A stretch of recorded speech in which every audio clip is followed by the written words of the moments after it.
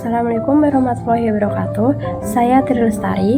Di sini kami akan menampilkan tugas mengenai 7 jenis pasar. Yang pertama yaitu ada pasar persaingan sempurna, yang kedua pasar persaingan tidak sempurna, yang ketiga ada pasar monopoli, yang keempat ada pasar monopolistik, yang kelima ada pasar oligopoli, yang keenam ada pasar oligopsoni, dan yang ketujuh ada monopsoni.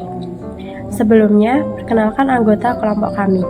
Yang pertama yaitu ada Oktaviani Khairunisa, yang kedua Selvi Septiawan, yang ketiga Muhammad Akbar Sultani, yang keempat Danang, yang kelima Ridwan Arifin, yang keenam Kuncoro Bayu, yang ketujuh Siti Zuhratul, yang kedelapan Sofi Dwi Aryani, dan yang kesembilan Tri Lestari. Selanjutnya mari langsung ke materinya saja yang akan dibawakan oleh teman-teman saya. Terima kasih. Wassalamualaikum warahmatullahi wabarakatuh. Assalamualaikum warahmatullahi wabarakatuh. Perkenalkan, nama saya Siti Zuhratul Saadah dengan NIM belakang 71. Di sini saya akan menjelaskan tentang pasar persaingan sempurna. Apa itu pasar persaingan sempurna? Pasar persaingan sempurna adalah model pasar yang paling ideal dan paling sering digunakan dalam analisis ekonomi dan dapat didefinisikannya sebagai struktur pasar atau industri, dan di mana terdapat banyak penjual yang menjual barang yang sama, suatu produk yang sama tapi dari berbagai perusahaan yang berbeda, dan terdapat banyak pembeli, dan di mana mereka dapat mempengaruhi keadaan pasar. Di sini pengertian pasar persaingan sempurna adalah banyak penjual yang menjual barang yang sama tetapi produknya yang sama tapi dari perusahaan yang berbeda-beda, sehingga pembeli hanya dapat memilih produk mana yang paling tepat.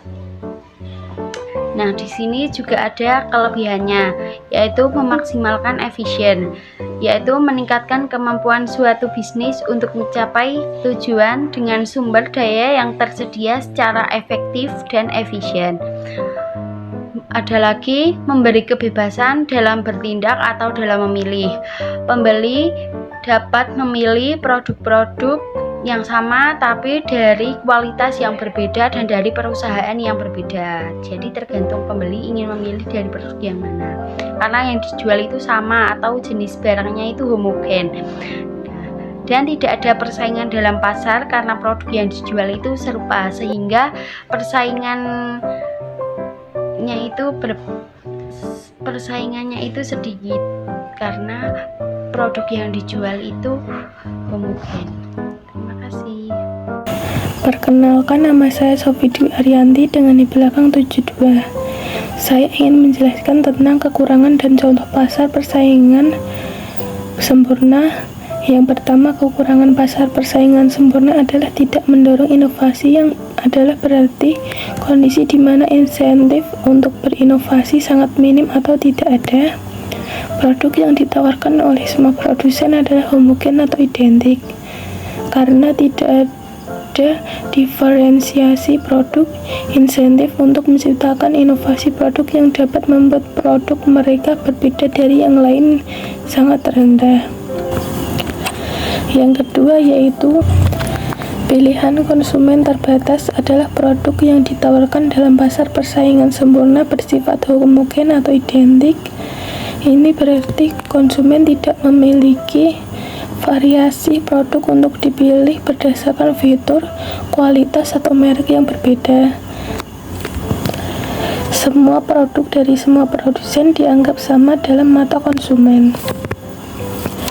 Yang ketiga adalah perebutan pembeli dalam persaingan pasar sempurna. Produk yang ditawarkan oleh semua produsen adalah identik. Ini berarti tidak ada diferensiasi produk sehingga konsumen tidak memiliki preferensi atau produk dari satu penjual dibandingkan penjual lainnya berdasarkan kualitas atau fitur produk. Produsen di pasar persaingan sempurna adalah yang berarti mereka tidak memiliki kekuatan untuk menetapkan harga. Harga ditentukan oleh kekuatan pasar, yaitu interaksi antara penawaran dan permintaan di pasar secara keseluruhan. Berikutnya adalah contoh pasar persaingan sempurna. 1. Pasar online untuk produk tertentu. Barang-barang standar yang dijual di platform seperti Tokopedia, Shopee, di mana banyak penjual menawarkan produk yang identik, misalnya buku baru dengan judul yang sama, dapat mendekati kondisi pasar persaingan sempurna. Pembeli dapat dengan mudah membandingkan harga dan memilih penjual yang menawarkan harga terendah. 2. Pasar saham. Saham perusahaan besar yang stabil dan memiliki volume perdagangan tinggi seperti saham blue chip di bursa saham mendekati kondisi pasar persaingan sempurna. Harga saham ini ditentukan oleh penawaran dan permintaan di pasar saham, dan informasi tentang saham tersebut tersedia secara luas dan merata. 3. Pasar ikan di pelabuhan.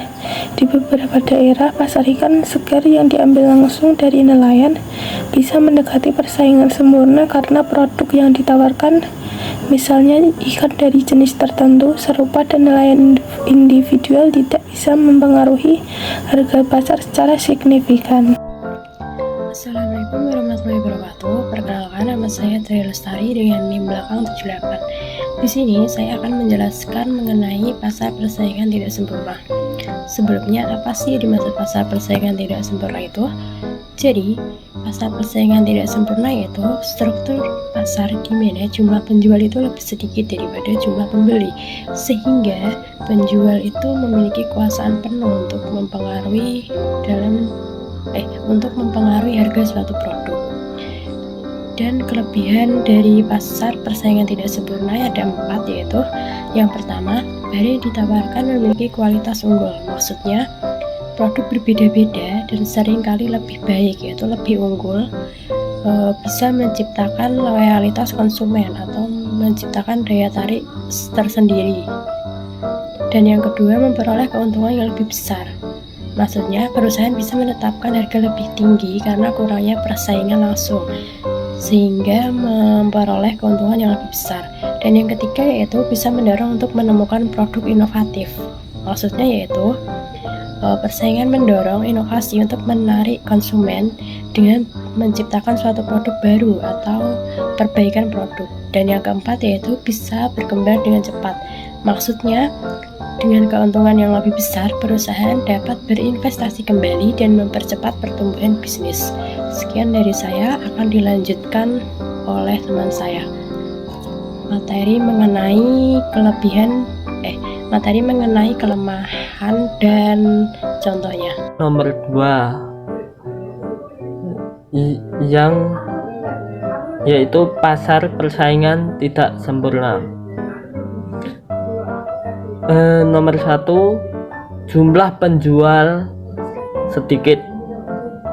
Maksudnya jumlah penjual sedikit seringkali merujuk pada struktur pasar yang disebut oligopoli. Contohnya industri penerbangan, industri otomotif, dan pasar telekomunikasi.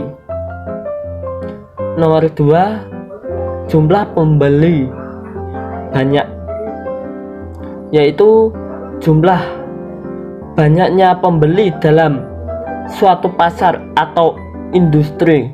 Contohnya yang kita konsumsi sehari-hari seperti makanan, minuman, dan pakaian. Nomor 3 adalah jenis barang sedikit, yaitu produk yang tersedia dalam suatu pasar atau industri. Contohnya pasar komoditas dan pasar energi. Pasar komoditas itu ada minyak tanah, batu bara, dan lain-lain. Pasar energi itu ada listrik dan gas. Yang terakhir, nomor 4, pengambilan keputusan harga. Penjual menentukan harga yang akan dikenakan oleh produk. Penjual juga dapat menetapkan harga optimal yang tidak hanya menarik konsumen. Pasar monopoli. Pengertian: pasar monopoli adalah pasar barang di mana hanya terdapat satu produsen dalam pemasaran. Kelebihan dari pasar monopoli di antaranya: 1. Apabila menikmati skala ekonomi, biaya produksi lebih murah daripada firma pasar, persaingan sempurna, dan tingkat produksi lebih besar. Mutu barang semakin meningkat dan harganya semakin murah apabila perusahaan terus-menerus melakukan pengembangan dan inovasi. Kesejahteraan masyarakat dapat ditingkatkan apabila monopoli dapat terus menghasilkan barang yang lebih murah dan bermutu. Kelemahan dari pasar monopoli: 1. Harga barang lebih mahal. 2. Tingkat produksi lebih rendah daripada persaingan sempurna. 3. Barang yang dihasilkan tidak banyak mengalami perubahan. Contoh dari pasar monopoli adalah KAI dan PLN. Pembeli di pasar monopoli lebih banyak, sedangkan penjual di pasar monopoli hanya satu. Jenis barang yang dijual hanya satu barang. Pengambilan keputusan harga terdapat di penjual. Pasar monopolistik adalah suatu pasar yang terdapat banyak produsen yang menghasilkan satu barang dengan kualitas, bentuk, dan ukuran produk yang berbeda. Kelebihan pasar monopolistik menghasilkan barang dengan bermacam-macam corak dan memudahkan konsumen untuk memilih produk yang terbaik. Kekurangan pasar monopolistik adalah perusahaan tidak mempunyai gerakan untuk melakukan inovasi dan operasinya kurang efisien. Contoh pasar monopolistik yaitu mineral dengan aqua yang sama-sama memproduksi air mineral, akan tetapi beda dalam segi kualitas ataupun rasa. Jumlah penjual di pasar monopolistik banyak, jumlah pembeli di pasar monopolistik juga banyak. Jenis barang dalam pasar monopolistik adalah satu atau heterogen. Pengambilan harga pasar monopolistik berdasarkan kekuatan pasar. Saya Oktaviani Harunisa dengan nomor NIM 630202300043. Di sini saya akan menjelaskan mengenai pasar oligopoli. Pasar oligopoli adalah pasar barang yang biasanya hanya terdiri dari beberapa perusahaan saja. Biasanya pasar oligopoli itu memiliki ukuran dan juga model yang relatif besar, dan barang-barang yang dihasilkan itu berbeda corak seperti produsen mobil atau barang-barang yang serupa seperti produsen minyak.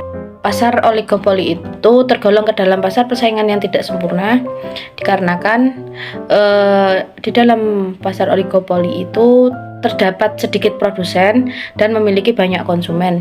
Maka perusahaan pasar oligopoli tersebut tergolong ke dalam pasar persaingan yang tidak sempurna. Pengambilan keputusan harga di dalam pasar oligopoli terdapat pada penjual. Produk-produk yang dihasilkan oleh pasar oligopoli biasanya bersifat heterogen ataupun homogen. Pasar oligopoli memiliki kelebihan.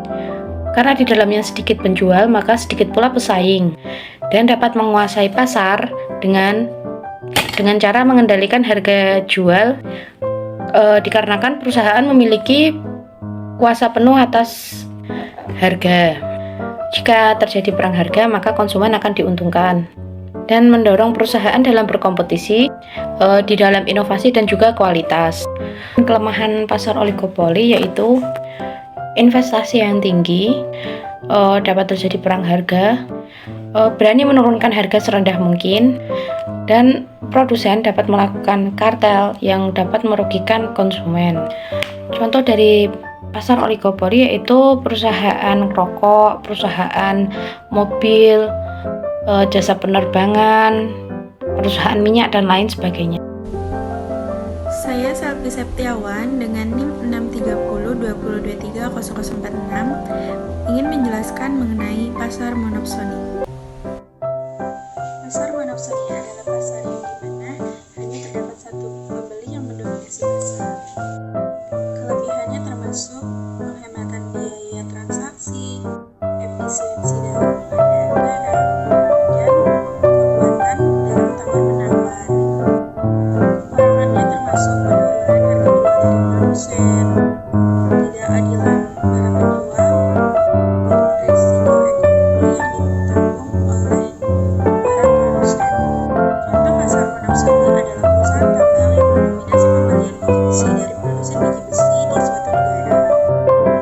Perusahaan tambang yang berkaitan dengan pasar monopsoni yaitu di mana perusahaan tambang menjadi satu-satunya pembeli utama biji besi dari produsen biji besi di suatu negara. Dengan kekuatan pasar monopsoni, perusahaan tambang dapat menentukan harga pembeli biji besi yang rendah daripada produsen, sehingga menyebabkan penurunan pendapatan bagi produsen. Selain itu, produsen biji besi memiliki opsi lain selain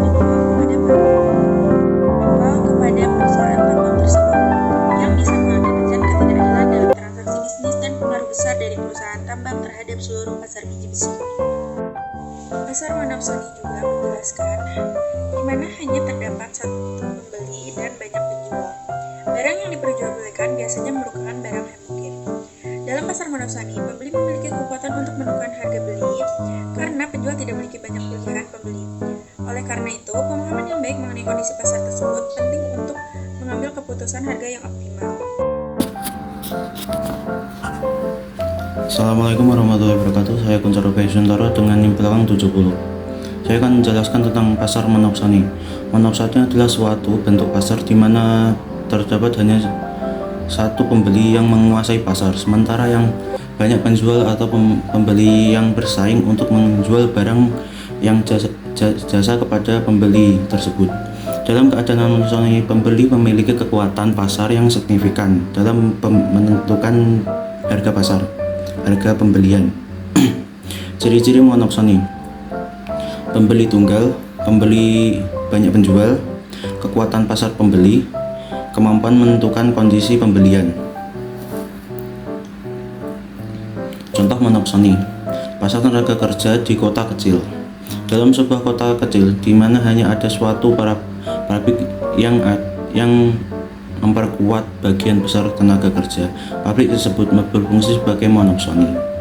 Industri pertanian. Dalam beberapa negara ada satu di mana hanya ada satu perusahaan besar yang membeli hasil pertanian dari pertanian. Misal, sebuah perusahaan mengelola susu besar yang memiliki satu-satunya pembeli susu dari peternakan sapi di suatu daerah. Dampak monopsoni atau kerugian terhadap penjualan. Penjualan atau pemasok cadangan mengalami tekanan harga. Terdapat terhadap pembeli. Dampak monopsoni terhadap pembeli. Pembeli dapat memperoleh barang atau jasa dengan harga lebih rendah, meningkat efisien biaya mereka. Dampak monopsoni terhadap pasar. Monopsoni dapat menyebabkan disprop pasar, mengurangi kesejahteraan total yang mengakibatkan perkembangan ekonomi secara umum. Saya akan kembali lagi menjelaskan ciri-ciri monopsoni. Pasar tunggal ialah hanya ada satu pembeli dominan di pasar. Banyak penjual artinya banyak penjual yang bersaing untuk menjual produk atau jasa mereka. Kekuatan pasar pembelian memiliki kekuatan untuk menekan harga lebih rendah karena penjualan tergantung pada pembelian tersebut. Kemampuan untuk menentukan kondisi pembelian dapat mendapatkan persyaratan yang lebih menguntungkan bagi dirinya seperti harga, kualitas produk, dan waktu pengirimannya. Terima kasih, saya Kuncoro